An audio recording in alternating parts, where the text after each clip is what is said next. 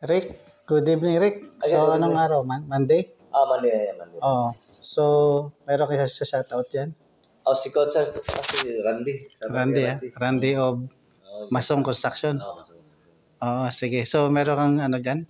May nagtatanong? May nagtatanong siya ng minimum puting daw ng minimum depth of puting sa residential. Minimum depth of puting. Tsaka ano pa? At saka minimum thickness sa puting din. Okay. So, ang question ni Randy, sa residential dwelling daw, number 1, kung ano yung minimum depth of puting, pinakahukay ng puting. Tapos, tsaka yung thickness ng puting. Okay, so, hinanap natin, may nakita tayo sa building code, no? Building code. Yung pinag-ano natin. Building code. So, ito. Minimum requirements for Group A dwelling. So, ano ba yung Group A? So, check natin sa taas, Group A. Okay, so, yan.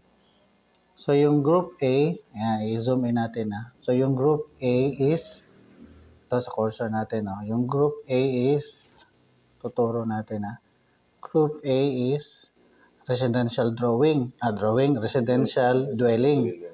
Tapos yung Group B, residential hotels and apartments. So, dalawang residential yan.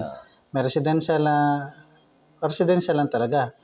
Yung Group B is residential kaya lang hotel or apartment. So, yung Group A tayo. Kasi residential lang, di ba? Tirahan lang. Okay, balik tayo doon. Balikan natin.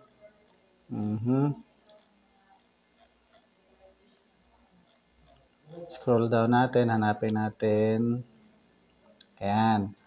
Minimum requirements for Group A dwelling, meaning residential dwellings. Hanapin natin yung footing, yung foundation. Ayan. Footings, ito.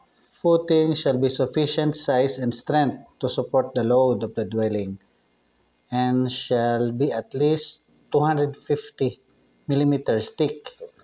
Okay, and 600 millimeters below the surface of the ground. So, yung question number 1, ilan na minimum depth? Hindi raw bababa sa 600 or 0.6 meter ang hukay niya. Okay? Sa residential.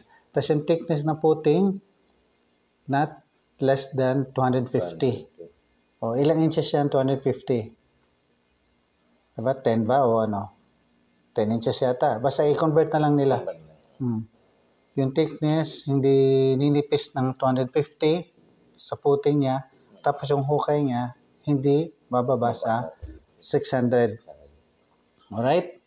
So, Randy? Nasagot na? Ha? Sige, Rick. Sige, approve ba? Approve.